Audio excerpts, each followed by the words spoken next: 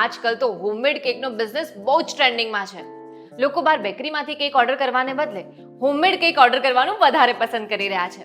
તો આજે આપણે કેક બનાવતા શીખીએ. આપણે પ્લમ કેક બનાવવાનું વિચારીએ છીએ અને એ બી એગલેસ અને નો આલ્કોહોલિક. પ્લમ કેક બનાવવા માટે સૌથી પહેલા સૂકા ફ્રૂટ્સનું ઇન્સ્ટન્ટ મિશ્રણ બનાવવા માટે પેનમાં એપલ જ્યુસ, પોમોગ્રેનેટ જ્યુસ, સૂકી દ્રાક્ષ, કાળી સૂકી દ્રાક્ષ, ટૂટી ફ્રૂટી અને ચેરી લઈને 5 મિનિટ કૂક કરી લો.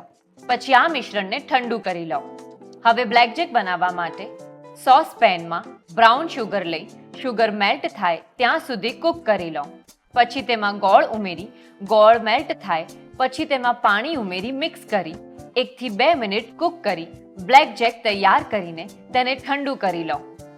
હવે બોલમાં બટર, કન્ડેન્સ મિલ્ક અને વેનીલા એસેન્સ લઈ બીટ કરી લો. પછી તેમાં બ્લેક જેક, જાયફળ પાવડર અને તજ પાવડર ઉમેરી ફરીથી બીટ કરી લો.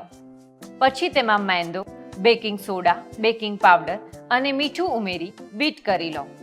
ત્યારબાદ તેમાં કાજુ, બદામ, અખરોટ તેમજ સૂકા ડ્રાયફ્રૂટ્સ વાળું મિશ્રણ ઉમેરી મિક્સ કરી લો. મોળું દહીં મિક્સ કરી લો.